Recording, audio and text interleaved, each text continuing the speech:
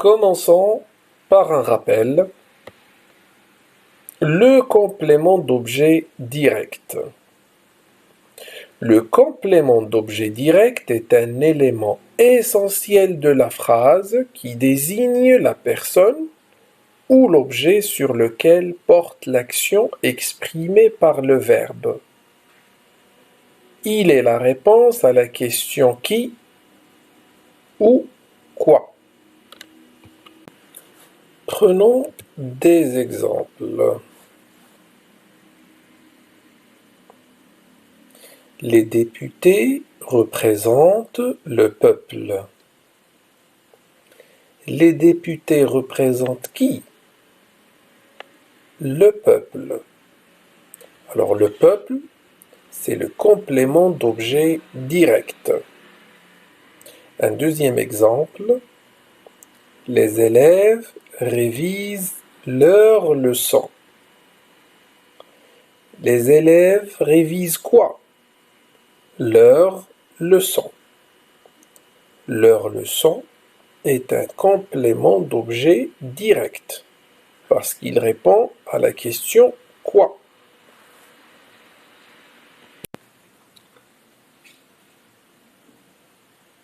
Une petite remarque à faire sur le complément d'objet direct.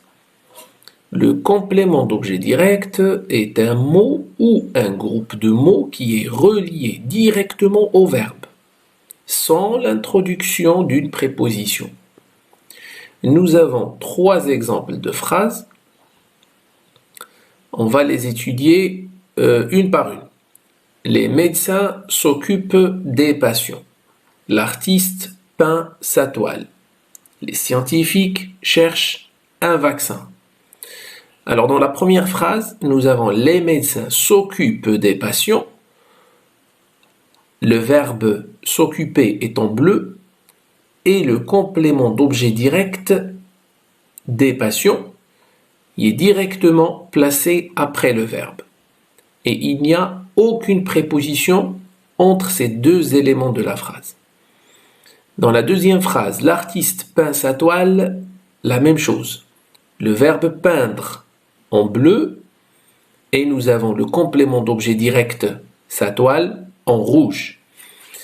Alors le complément d'objet direct est relié directement au verbe sans qu'il y ait l'introduction d'une préposition. Les scientifiques cherchent un vaccin. On peut dire la même chose sur cette phrase-là.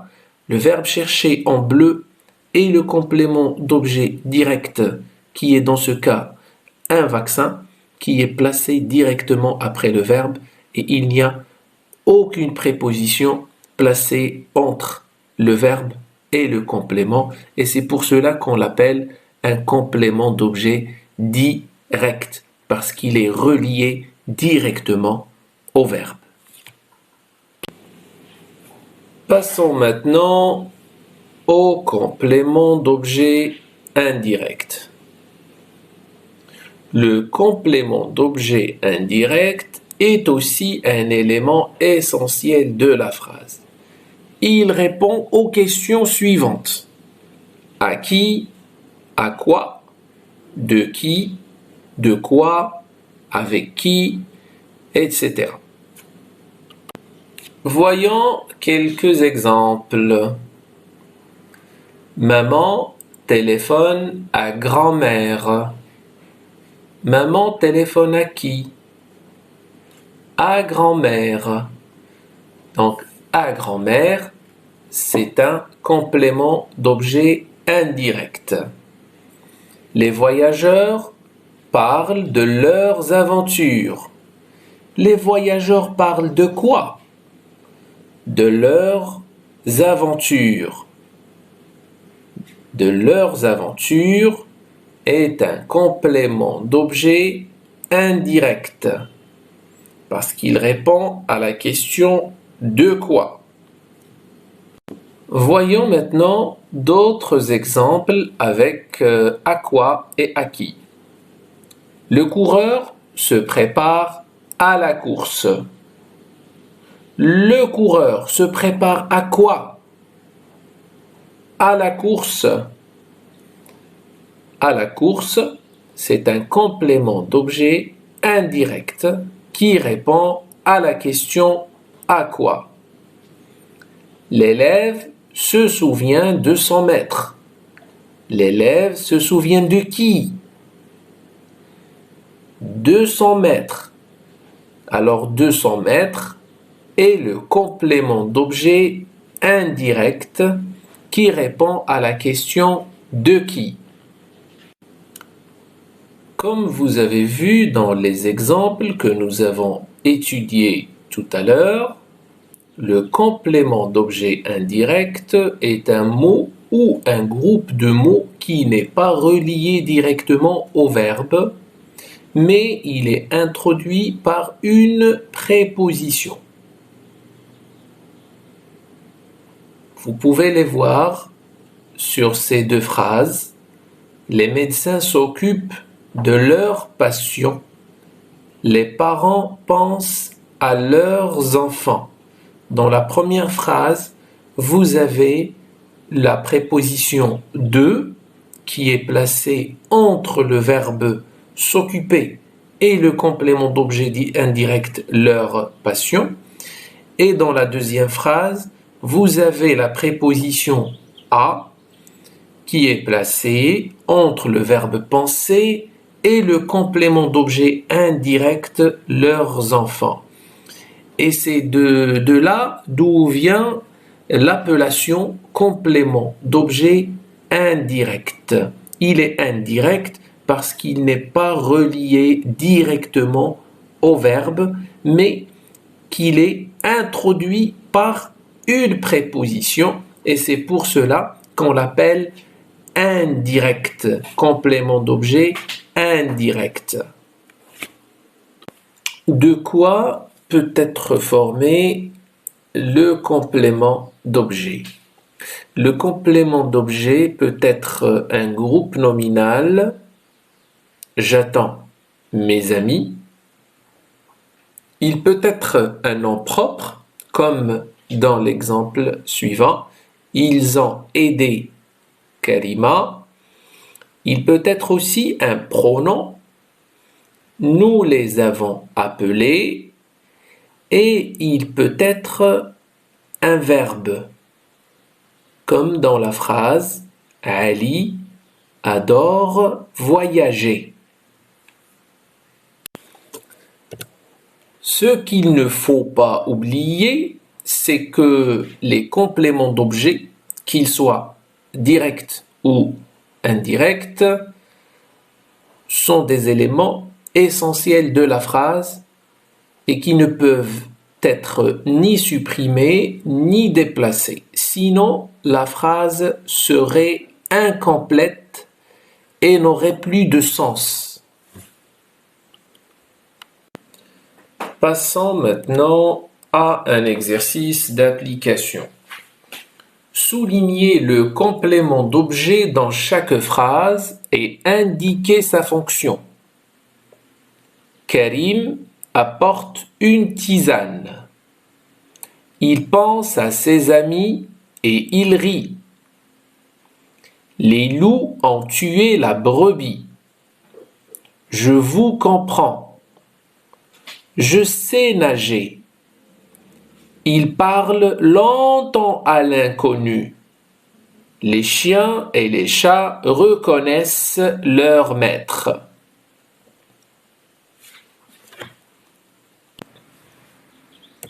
Correction. Karim apporte une tisane. Karim apporte quoi? Une tisane. C'est un complément d'objet direct. Il pense à ses amis et il rit. Il pense à qui? À ses amis.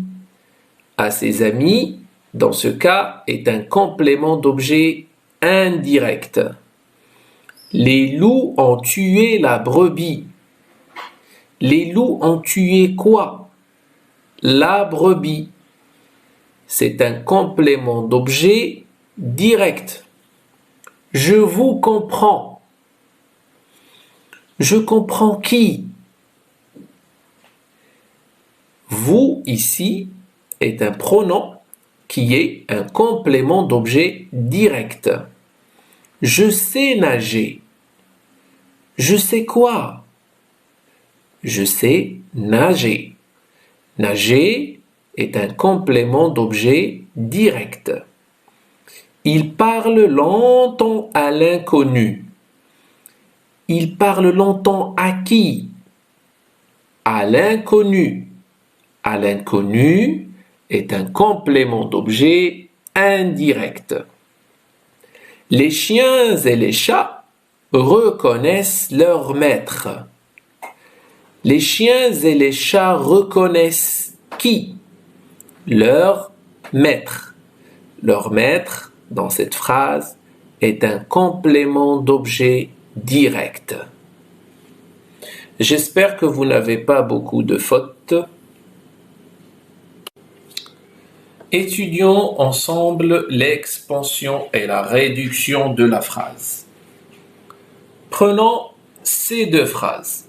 L'ouvrier commence son travail et la phrase très tôt le matin, le jeune ouvrier commence sérieusement son travail à l'usine. À votre avis, ces deux phrases ont-elles le même sens? Eh bien oui, les deux phrases ont le même sens. Les deux phrases disent que l'ouvrier commence son travail. Comment est la deuxième phrase par rapport à la première? On remarque bien que la deuxième phrase, même si elle dit la même chose que la première, elle est un peu plus longue. Elle contient plus de mots que la première phrase. Prenons l'exemple que nous avons vu tout à l'heure, l'ouvrier commence son travail. Cette phrase contient des éléments essentiels, un sujet, un verbe et un complément. Ces éléments ne peuvent être ni supprimés ni déplacés. On l'appelle la phrase minimale ou bien la phrase réduite. Voyons maintenant le deuxième exemple que nous avons donné tout à l'heure. Très tôt le matin, le jeune ouvrier commence sérieusement son travail à l'usine. Cette phrase, comme nous l'avons dit tout à l'heure, elle est plus longue que la première. Elle contient plus de mots. Ces éléments-là ne sont pas essentiels pour la phrase. On les appelle les éléments facultatifs. Ils sont marqués dans cette phrase en vert. Ces éléments donnent seulement plus de précision et plus de détails à la phrase, mais sans qu'il ne change le sens. On l'appelle la phrase étendue. Voyons maintenant de quoi est composée cette phrase. Concentrons-nous sur ce qui est écrit en vert. Nous avons très tôt le matin, le jeune ouvrier commence sérieusement son travail à l'usine. Très tôt le matin, c'est un complément circonstanciel de temps. Le jeune ouvrier, jeune, c'est un adjectif qualificatif épithète. Commence sérieusement, nous avons sérieusement, c'est un adverbe complément circonstanciel de manière. Son travail à l'usine. À l'usine, c'est un complément circonstanciel de lieu. Alors, ce que nous avons ici comme élément facultatif, nous avons les compléments circonstanciels et nous avons les adjectifs et les adverbes. Voyons maintenant comment faire l'expansion ou la réduction de la phrase. Pour l'expansion, il suffit de prendre une phrase minimale composée d'un sujet, d'un verbe et d'un complément et d'introduire des adjectifs, des adverbes et des compléments circonstanciels de lieu, de temps et de manière. Et pour faire l'inverse, ça veut dire si on a une phrase étendue et on veut la réduire, nous n'avons qu'à supprimer les éléments facultatifs. Ces éléments qui sont les adverbes, les adjectifs et les compléments circonstanciels et ne garder que les éléments essentiels qui sont le sujet, le verbe et le complément. Faisons ensemble cet exercice. Réduisez les phrases suivantes. Les élèves présentent une pièce de théâtre à la fin de l'année. Nous écoutons la maîtresse attentivement. Avant de partir en voyage, nous prenons notre appareil photo. La famille reçoit joyeusement les invités. En naviguant sur le net, les étudiants font leurs recherches. Le loup se cache dans les bois. Dans quelques instants, la cérémonie va commencer. Correction. Les élèves présentent une pièce de théâtre. Nous écoutons la maîtresse. Nous prenons notre appareil photo. La famille reçoit les invités. Les étudiants font leurs recherches. Le loup se cache. La cérémonie va commencer. Alors, faisons un exercice de l'expansion de la phrase. Faites l'expansion des phrases suivantes en introduisant les éléments entre parenthèses. Les médecins travaillent. Vous allez introduire un complément circonstanciel de lieu, complément circonstanciel de manière. Kamal fait du sport. Complément circonstanciel de temps, un complément circonstanciel de manière et un complément circonstanciel de lieu. Le garçon aide son papa. Vous allez introduire dans cette phrase un complément circonstanciel de temps, un adjectif, un complément circonstanciel de manière et un complément circonstanciel de lieu. Les lions chassent les gnous. Introduisez un complément circonstanciel de temps, un complément circonstanciel de manière et un complément circonstanciel de lieu. Les grands-mères racontaient des histoires à leurs petits-fils. Dans cette phrase, vous allez ajouter un complément circonstanciel de temps, un complément circonstanciel de manière et un complément circonstanciel de temps. Correction. À l'hôpital, les médecins travaillent sans relâche. Chaque matin, Kamal fait rigoureusement du sport dans la salle de gym.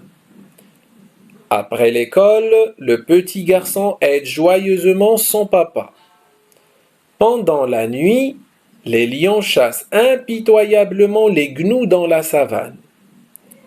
Autrefois, les grands-mères racontaient avec plaisir des histoires à leurs petits-fils avant de dormir.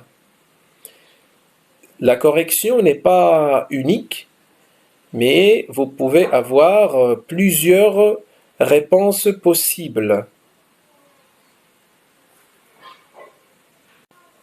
Au revoir et à bientôt dans une nouvelle leçon.